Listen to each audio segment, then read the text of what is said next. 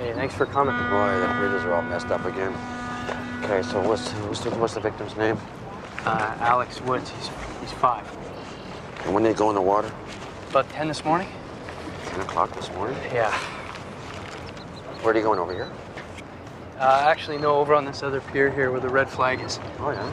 Yeah. And where's the mother? Sarah, that's her on the other pier there with her With the kid? sister. Yeah. Okay. So what are the circumstances here? The mother said he was climbing up onto the pier. He was looking down in the river. She looks away for a second. She looks back, and he's gone. Okay, so she looks away. Yeah. And the river, how's the river where you went in over there? Water's pretty deep right there. You know, the current doesn't look like much, but it's pretty wicked. Very wicked. Yeah. So you're thinking that's the current then that held the kid under probably, and that's what happened? Yeah, exactly. She looked in the river right away, but she couldn't see him. Oh, yeah. What about the divers? I don't see any divers here. No, they can't see shit in this water. The ocean tides and the river current together. Okay. The body could be anywhere. Okay, so he's 5 years old. He's in the water. His chances for survival in this kind of water is what, 30 minutes? Yeah, well, generally we give up hope of finding anybody alive after about 4 or 5 hours in water this temperature. Yeah? So, yeah, we were just hoping maybe he got caught up along the shore or the log rooms, but we haven't seen a sign of him. Okay. You've been at it for what now? That'd be 6 hours. Right. Shit. What are you gonna do? You gonna continue to look, or? We're gonna have to call it quits. Does she know? No. Okay, I'll tell her. Thanks. What's the boy's name again? Alex. Alex Woods and mother Sarah. Thanks.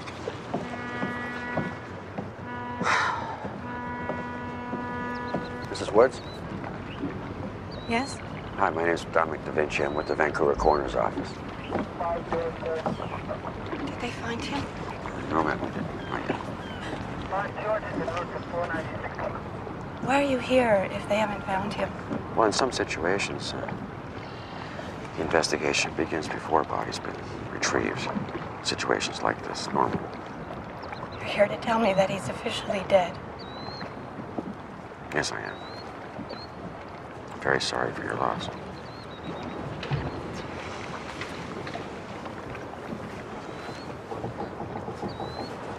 How much longer are they going to continue searching? Well, we're not. We've decided that we're wrapping it up. No, I can't accept that. I want my son, and I want you to keep Ma'am, looking. the currents in this river are very strong. I know that. There's But no- you think I don't know that? I know that. I'm sorry. It's the money, isn't it? It's the cost. It's just not my call. I'm sorry. So would you be up to answering a few questions for me? I don't think so. It would really help. No. It's okay. Oh, thank you. Go ahead. Okay, it was just a few things. If I knew them, you know. I've this before now. Where were you exactly, you know, when you went in the water? Where were you? How far? I was just where we are now. To the edge of the dock. Okay, and what was he doing? Was he playing, running around, acting like a goof, like kids might do? He was just standing at the end of the dock, and he was just looking at the ripples in the water. Would you mind taking a walk with me? Maybe we walk away from here and let's go over to the other dock where he went in and just walk through exactly what happened. Okay? Okay. Okay, thanks. I think he's okay.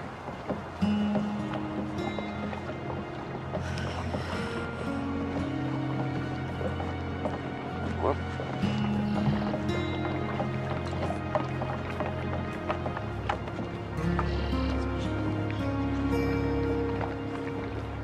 The impact sent him like a rocket through the windshield. And he had massive head injuries. You should see them. Brutal. Where was that? Right at the intersection of Hastings and Kamloops.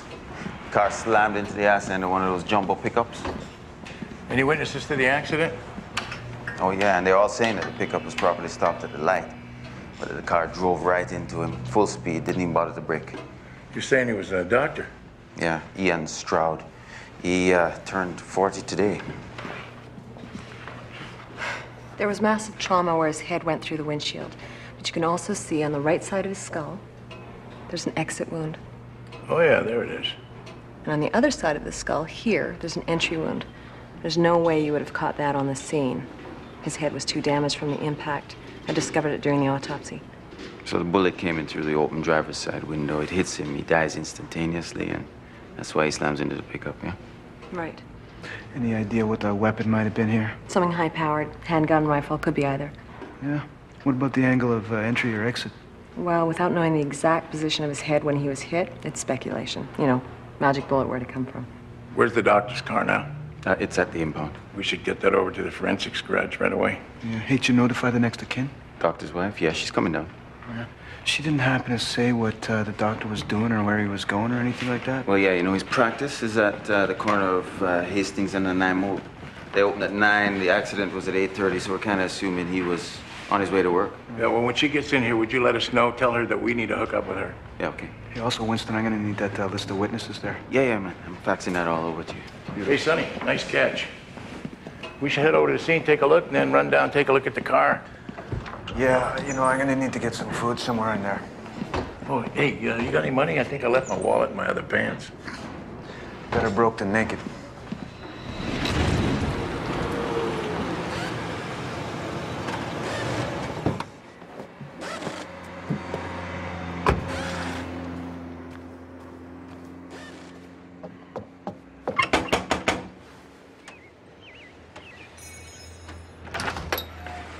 Yes? Detective Cosmo, Vancouver Homicide. Yes, how can I help you? I'm looking for Mr. Lloyd Langston. He moved him out 3 months ago. Well, did he say where he might be going or leave a forwarding address? I know he left a mailing address with the post office. They should be able to help you. All right, well, thanks for your time. Would you come in a minute, please? There's something I have to talk to you about. Sure.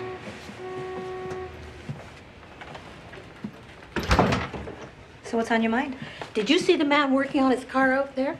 I noticed him, uh-huh. Well, that's Mr. Turner. The strangest thing happened. The other night, Tuesday. Would you like some tea? No, I'm fine. Thank you. All right. Well, the other night, Tuesday night, at Mr. Turner's house, there was the most violent argument. Their dog is barking and barking, and I heard Mr. Turner yelling at Mrs. Turner, and Mr. Turner was yelling, and then everything just went quiet, like the sound was switched off. About what time was this argument? Around 11 o'clock. Did you call the police? No, not this time. Not this time. You've called before when they were arguing? Yes, but the last time I called, Mr. Turner yelled obscenities at me. Okay, this particular argument, the other night, were they threatening each other, or? Well, about an hour after I heard them yelling, I saw Mr. Turner carrying something heavy from his house out into the backyard. Could you see what it was? No, it was too dark. This is the part that alarms me. I haven't seen Mrs. Turner since, and I would see her. Every morning she works out in her garden. Well, I think if you'd be willing to file a domestic violence complaint, I can investigate this. But then he'll know it was me. He doesn't have to know that. Maybe I'm just imagining it. My husband used to say that, Molly, you have an overactive imagination. I don't know. Well, you know what you saw and heard. All right. All right. Okay, I can have an officer come down, you can file a complaint, then if she turns up safe and sound, either way, you've done the right thing. Yeah. Yeah. Canvass all the stores and buildings along here on both sides of the street, see if anybody saw somebody with a firearm on the sidewalk or any place. Check for anything suspicious. Maybe somebody heard a gunshot. Right. So where do you figure the shooter is if the doctor's coming along right through here? Well, if it's me, I'm in one of these buildings or I'm up on a roof. It's a pretty hard shot to make, cutting through traffic like that. Yeah, moving target. So whoever this is, they've obviously had some practice. Just waiting for the doctor, maybe. Or maybe it's just the doctor's not the target. What, you mean somebody's waiting to shoot whoever comes along like that? Yeah, just random. No, it's lucky you didn't cause a bigger accident. Come shooting right through the intersection here and get a big pile-up going on in the middle.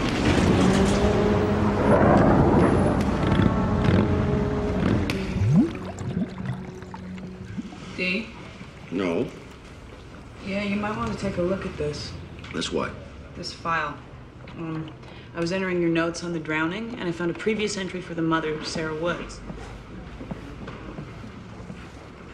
She lost another child almost exactly 5 years ago. It's kind of heavy.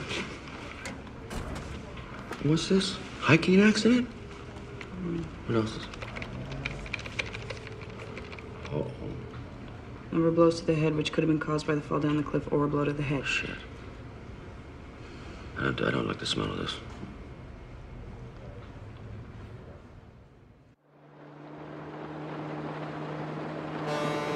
You said that you interviewed the mother and you were satisfied with her explanation. Right. Right, but then we find out from records that she's lost a child 5 years ago in a hiking accident. She never even mentions it to me. In that incident, apparently the child's walking with her, tumbles down, ends up on a ledge down the cliff there. Before the rescue team can reach the boy, he's dead. That's a traumatic experience. Sure. One child dies, that's an accident that happens every place, all over the world, every day, but that's tragic. Yeah, but I mean a second child. You'd think the mother would exercise extreme caution, if not paranoid hypercaution, given what happened to the first child. That's right. So either this is a tragic coincidence or it's not, but I don't want to push this poor woman over the edge all the way, you know, if she's innocent, but... Well, she underwent a thorough investigation the first time? A normal coroner's investigation up in the interior where the accident happened.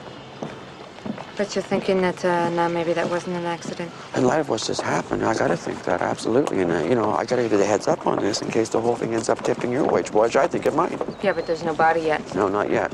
Not yet. So and the other child's been buried. So we got one child missing, we got the other body, maybe have to be exhumed. Now, there's another child in the home, isn't there? That's right. 2.5 years old. Well, look, until you find a body, in the river, you're speculating. I like to have a body.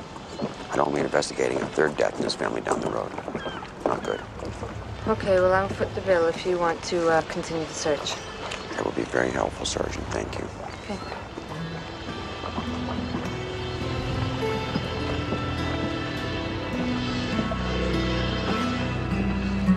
Ian performed abortions. Was he an abortion doctor? Well, actually, he was an obstetrician who deals with anything to do with pregnancy, including abortions. Was it common knowledge that your husband performed abortions? Yeah, I'd say it was, yes. Were there threats because of that? All the time. His practice keeps the record. If you talk to his partner, she'll have it. Did your husband take any precautions against these threats? Yeah, he tried to. He'd vary his route to the hospital and his office, which exit into the building, shift his work hours around. The morning that your husband died, he went straight to his work. Do you know what time that was? Yeah, he left the house about 8. Do you mind my asking what you and your husband did the night before he died? Let's see. Ian got in late from the hospital. We talked for about 5 minutes. He went to bed, and I watched television. Could you describe the nature of your relationship? We're in that stage known as withdrawal.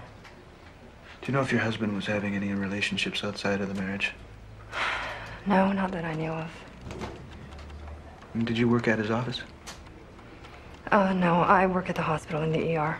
Have you seen anybody hanging around at the hospital or in the neighborhood that seemed strange or out of place? No. You know, it's funny.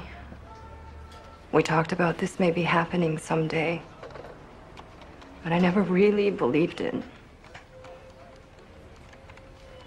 People campaign against taking a life, and yet they go out and they take life themselves. It's just madness.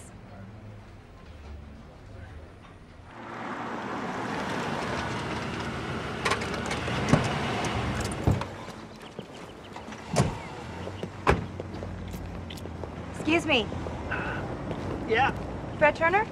Yeah, that's right. Damn. Damn thing's welding on there. I'm Detective Cosmo. This is Detective Laboucaine, Vancouver Homicide. Is it about my wife? Yeah. Something happened to her? We don't know. That's what we're here to determine. When's the last time you saw Susan? Tuesday night. Tuesday night around 11. I was watching TV. She walked past me out the door. Heard the car start. And when I woke up that morning, she hadn't come home. And that didn't worry you? Well, yeah, but she always does this. She just takes off, you know? She said she needs her space. And how long does she usually stay away when she takes off? Well, usually a couple of days. One time she was gone for a week. She doesn't call you, let you know where she is? No. So, how long have you two been married? About 7 years. And you and your wife, you get along okay? Yeah, pretty good. Pretty good. Police have been to your house a half dozen times stopping fights between you two, haven't they? Well, we fight sometimes, but we still love each other. All right, the night your wife left, did the two of you have a fight? No. We have reports you had a fight. Several of your neighbors heard you.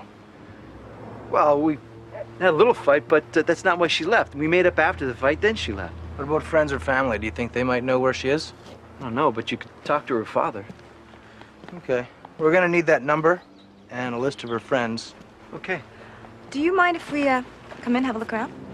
Sure, no problem. Be my guest. Got nothing to hide, I just want to help. Okay, here we go. This is what's left of your bullet here. Armorer says it's a 30-06. Rifle bullet. Yeah, once I check the lands and grooves on it, I can give you the make and model of the weapon. Where'd you find it? Oh, well, come on over here. I'll give you a look-see. I dug it out of the roof above the passenger door panel, right over here. So the shots fired from the opposite side of the street, then? I had to come from that direction anyway. Hey, was this window down like that? Well, that's the way it came to me. Well, we went down to the scene. We figured the shooter had to be in one of the buildings across the street or maybe up on a roof. You can forget the roof. From the angle of the bullet through the brain, I'd say the shooter had to be almost level with the car. Level with the car? That'd put him level with street traffic. Well, maybe he was on the opposite sidewalk then. Well, none of the witnesses heard a shot. Nobody saw anybody with anything that might even remotely resemble a weapon. Sounds like the mysterious third gunman on the grassy knoll over in Dallas. Yeah, well, at least they had some of it on film. Hey, Chick, what about the distance? You got anything on that for us yet? Hard to tell. Well, hey, maybe this is related to some of those abortion doctors who got shot in the States. Yeah, it could be. We're looking into that one. Jeez, he really plowed into the car in front of him pretty hard, didn't he? How fast do you think he was going? 45, 50 miles an hour? Whatever the hell that is in kilometers. He was going over the speed limit. Yeah, but he could have pressed down the accelerator after he got shot. The guy ahead of him was stopped for a light. Yeah. You know, with him being in a moving vehicle like this, it's going to be really hard to tell where the hell the shooter was on the block, isn't it? Right.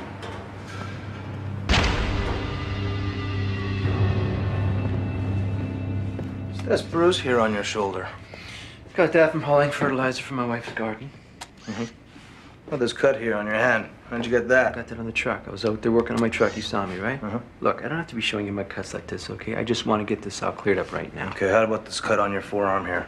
I don't know about that one. I don't remember that one. You don't remember when you get a cut? No, I don't. Do you?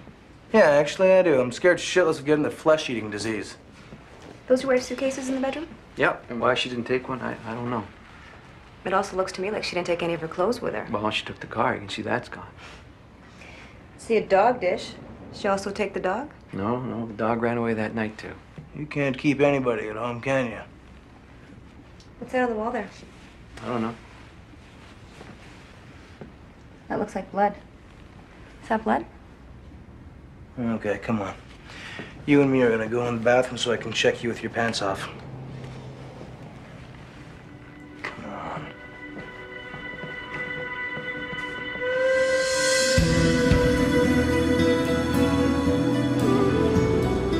What happened? One of your volunteers found him? Yeah, one of the guys from the mill came down. He was searching the boom. Spotted what looked like something underneath one of the logs and managed to get a pike pole onto it. He was trapped underneath? Yeah, we're gonna send the divers out to free him up. It's not too far from where he went in the water, is it? No. Well, he could have been trapped under there for quite a while. Yeah? He tried to grab hold of one of those logs. He could have rolled onto him. That'd be pretty tough, wouldn't it? It's all slick on the underneath side. Yeah. All the bark coming off and everything like that. Yeah. You all right? Yeah, I just hate to think he was still alive while we were down here searching for him. We don't know that's what happened. You know, we looked all up and down this stretch. You did everything you could do, okay? Yeah. The diver's gonna go cut him free. Okay. Let go of that. We're gonna take him down to the morgue and we'll get the whole story on this. I'll keep you informed every step of the way, okay? Thanks. Don't beat yourself up on this. I'm serious. Listen to me, okay? You can't do it. You can't do it.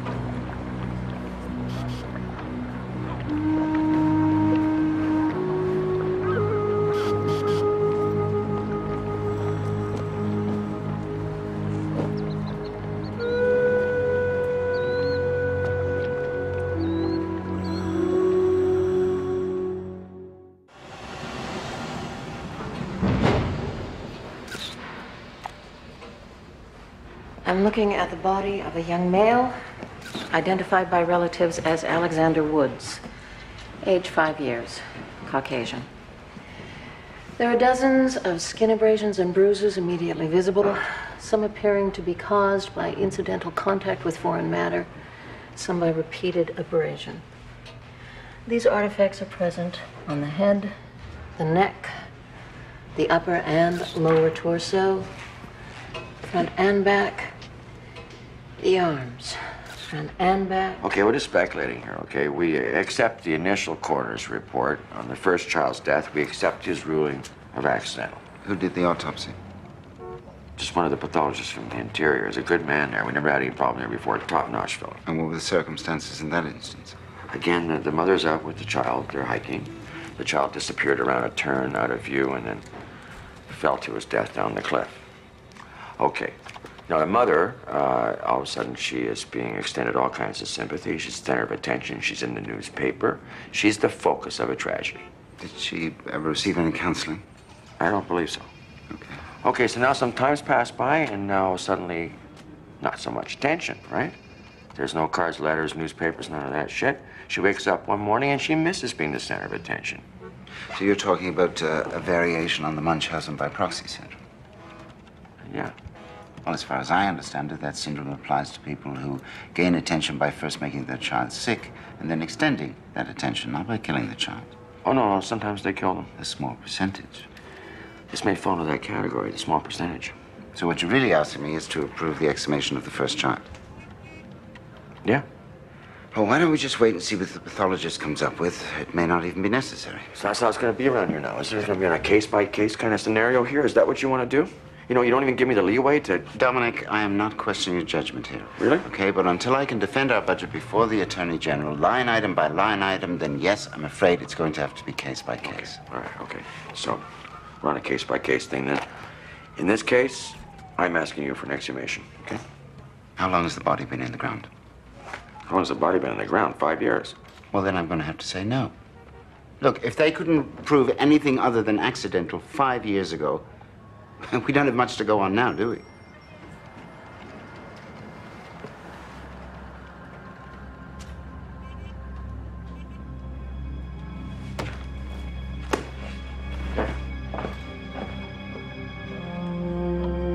Now we got blood in the wall here in a downward direction. Several smears in the cupboard over here and all around the dog dish. Do you think the blows happened low to the floor? Yeah, probably delivered to somebody already on their knees. Detective, you might want to take a look out here in the backyard. I found the shovel in the garage. It looked like it had some fresh dirt on it. So I look around, and you can see right over there. Looks like somebody was doing some digging. My wife's a gardener. I told you that. Yeah, we're gonna take a look at this anyway, and you're gonna turn around and put your hands behind your back. Because my wife's on vacation and I got some gardening going? Yeah. Everything turns out all right, we'll apologize. Not gonna find my wife down there. You wanna get started here, chick? Tape it off? Yeah, we'll take a look-see back here. Now tape off the entire yard here, and we'll start here where the soil's been turned. So what are we looking at? It's a dog. A dog? Yeah, take a look. I'll pull this back here for you. No, I don't want to see that. You look at dead folks for a living. This bothers you? Will you just have a look? There's a couple of nasty blows to the head there, eh? What kind of dog did Fred say he had? It's a lab cross. Ginger's her name. Okay, so this is Ginger. So what do you think the chances of the wife being out here are? Oh, I don't think so. This is the only piece of ground that's disturbed. Thanks. Let's go.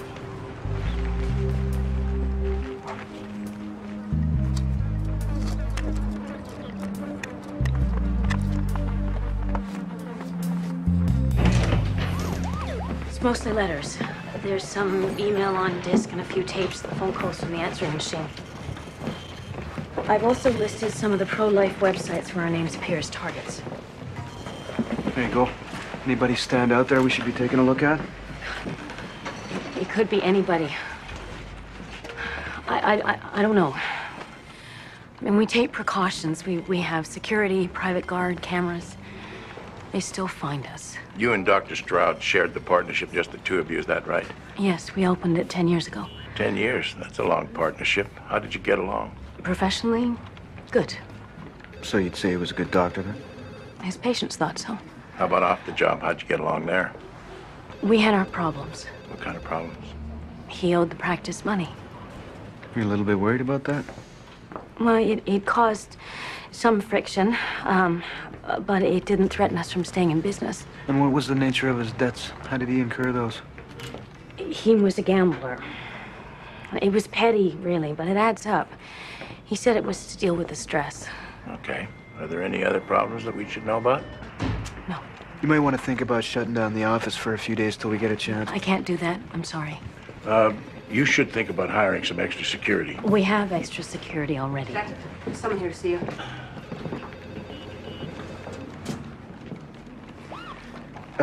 We're gonna go through these things here, and if we have any more questions, we'll give you a call. Okay? Thanks for coming in. I'm sorry for your loss. Okay. So, what brings you here? I was in the neighborhood and I thought you might need your wallet. Oh, that's what I did with it. Thanks. You left it behind the counter. Yeah, it was rubbing on my hip. Well, take it easy. Oh, you're here. Can I take you to lunch? Thanks. I just had a little something. Another time, maybe.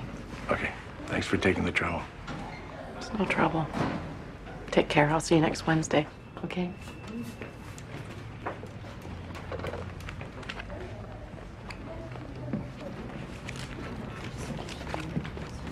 Is that woman from the dance studio? Yeah, Yeah? What's she want? I think she just dropped by to say hello. Yeah? Back to the dance studio lately? Huh? I said, have you been back to the dance studio lately? Yeah. Dance lessons? It's a dance studio. Okay. What do we got here? I'm gonna check out the couple of websites that have the doctor's name posted. Want to wade through some of this stuff?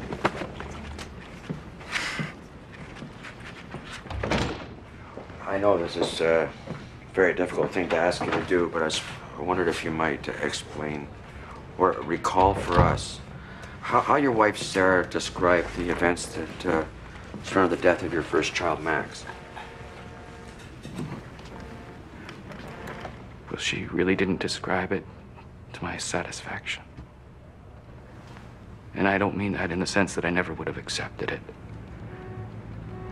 It's just that I was never completely... I'm still not completely certain that... What? I never got much of a description of the accident.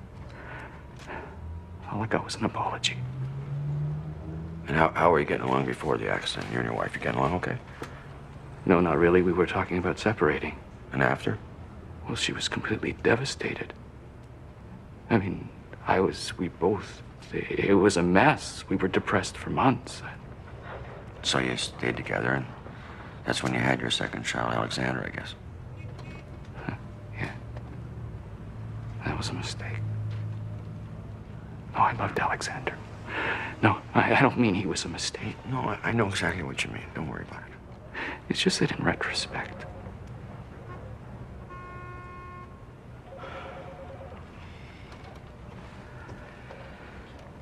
Sir, do you think it's possible you could gain custody of your baby?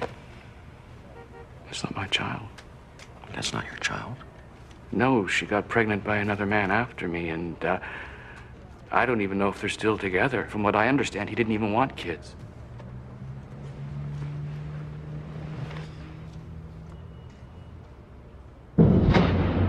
Yeah, I put Ginger out of her misery. By bashing her in the head. She could hardly walk. She had arthritis. You know, she was in constant pain. What'd you hit her with? Hammer. Jesus Christ, you ever hear of taking a sick dog to the pound and having it put to sleep? That costs money, which I don't have, and who's to say it's any less painful for the dog? Okay, so the night your wife took off, you just decided out of the blue, hey, it's time for Ginger to go. Yeah, that's what we were fighting about. The dog was in pain. She didn't want to face that. Where was the dog when you decided to play executioner? Eating hamburger out of a dish. So you killed the dog in the kitchen? I laid the plastic bag she was in down on the floor, under her. Well, because you didn't want to get any blood on the kitchen floor? Yeah, but I guess some of it must have got there anyway. All right, so you're saying that the blood on the floor is your dog's blood, not your wife's? Right. Where's your wife? I don't know. Did you kill her? No. No, I did not kill my wife. Look, can I go home now? Mr. Turner, stand up. What for? I'm arresting you. What for? Section 446, cruelty to animals. You killed your dog. Oh, so it's all right for the town to put him down, but I'm not allowed to handle my own affairs? She was my dog. I took care of her. I raised her. I put her out of her pain. The FBI gave us a couple of profiles. The first one there is Reverend Leroy Pearson, a self-styled evangelist. Used to have his own radio talk show. The Reverend is suspected of shooting a doctor as he was driving his vehicle to work, and the doctor was wounded. Yeah, and the second one there, that's Sylvia Lancaster. The FBI says they don't know much about her other than the fact that she's a regular face at abortion clinic protests. She's also suspected in shooting a doctor driving his car. The doctor was killed. What about the weapons that were used in these shootings? They're similar. Both were hunting rifles. The first one was a Winchester, model 1894. And that was recovered from the woman's motel room. Now, the second rifle was never recovered, but it was believed to be a .30-06. It's the .30-06 that we think is the same kind of rifle that was used to kill our doctor here. Yeah, we're going to compare the bullet from the U.S. shooting with the bullet from our shooting, see if we can come up with a weapons match. Have you got any info on where these two suspects are? Well, they're both fugitives. Okay, let's get their photos out there, see if anybody's seen them. Also, what about the threats made to the doctor's practice? Any info there? Nothing so far. All the letters were anonymous. Same thing with the email and the voicemail. Two of the websites run by anti-abortion advocates. They get the doctor's name on there, his address, his phone number, license plate number, all that. Both sites are offering a reward of $2,000 for information on any of these doctors. One of the websites already has his name crossed off in red.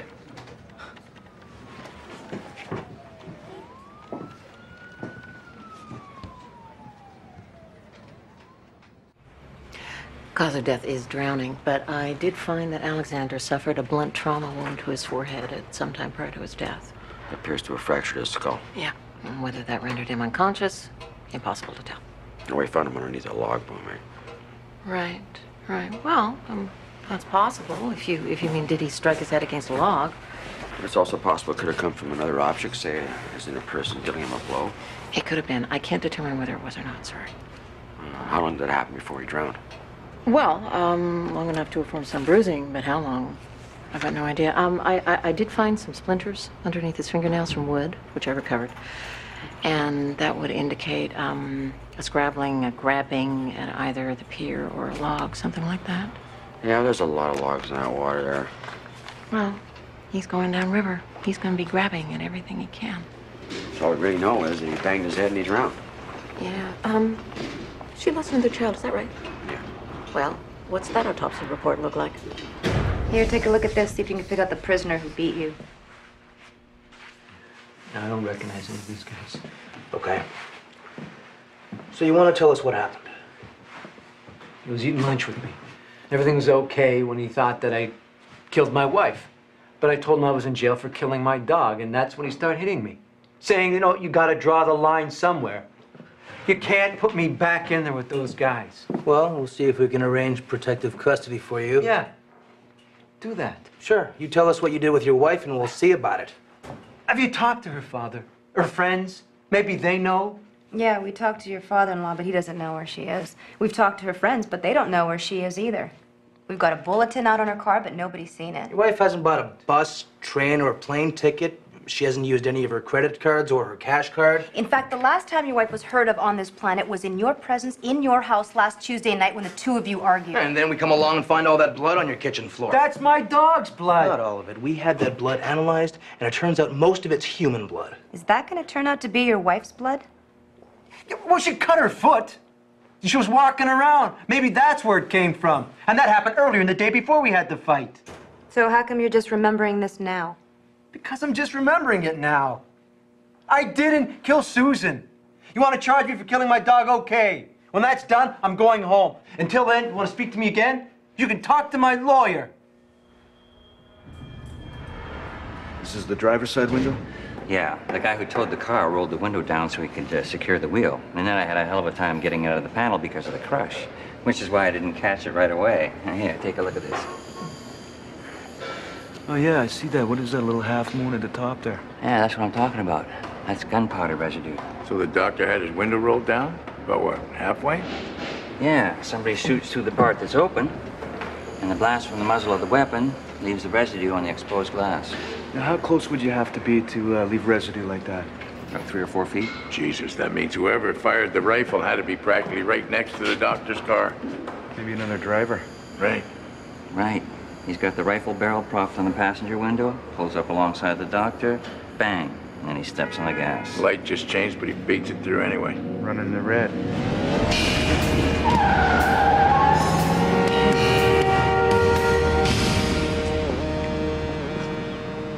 Excuse me.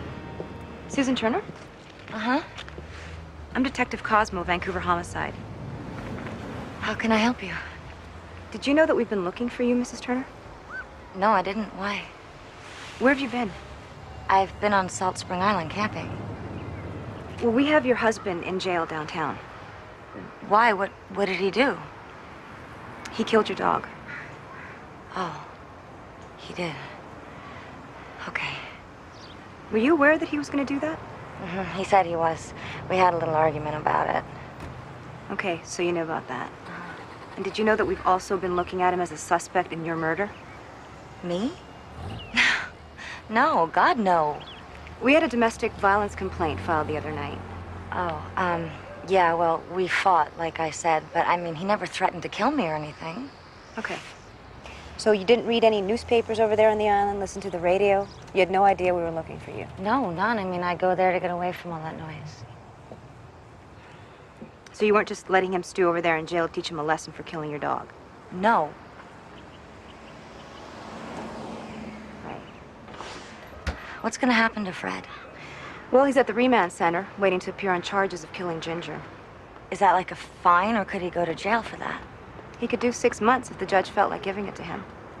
I didn't realize it was that serious. Yeah, well, you might want to go down there and let him know that you're home safe and sound. Yeah, okay. I think I'm gonna have a hot bath first, and then I'll make my way down, okay? And next time, you might want to let somebody know when you're going to disappear for a while. Yeah, okay, I'll do that.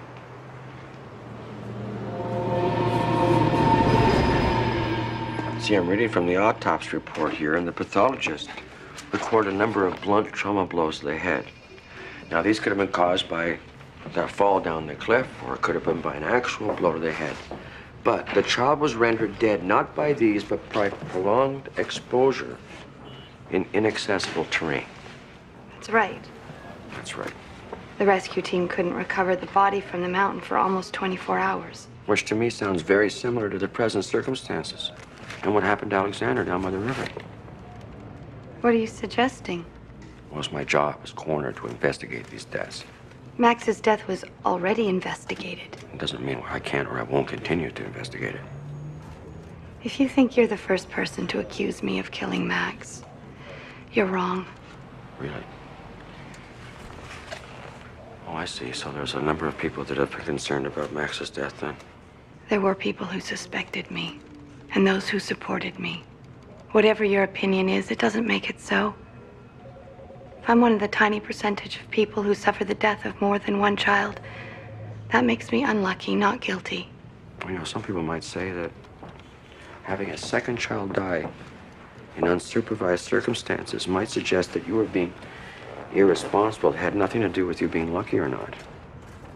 You're suggesting that I shouldn't have had another child, or that I should have kept him tied up on a leash? No, that's not what I'm saying. I'm suggesting that when it comes to a second child, maybe you might have exerted more caution. I was cautious. It happened in a split second. Would you be willing to undergo a psychiatric examination? Why would I want to do that? Because I still have concerns. Are we finished? Until I have some more questions. If you're planning on leaving Vancouver, would you let me or my office know? I'm just planning to go to my son's funeral. Well, see, I have plans too. I plan to keep this investigation going until I receive a satisfactory explanation. And I guess we'll meet again.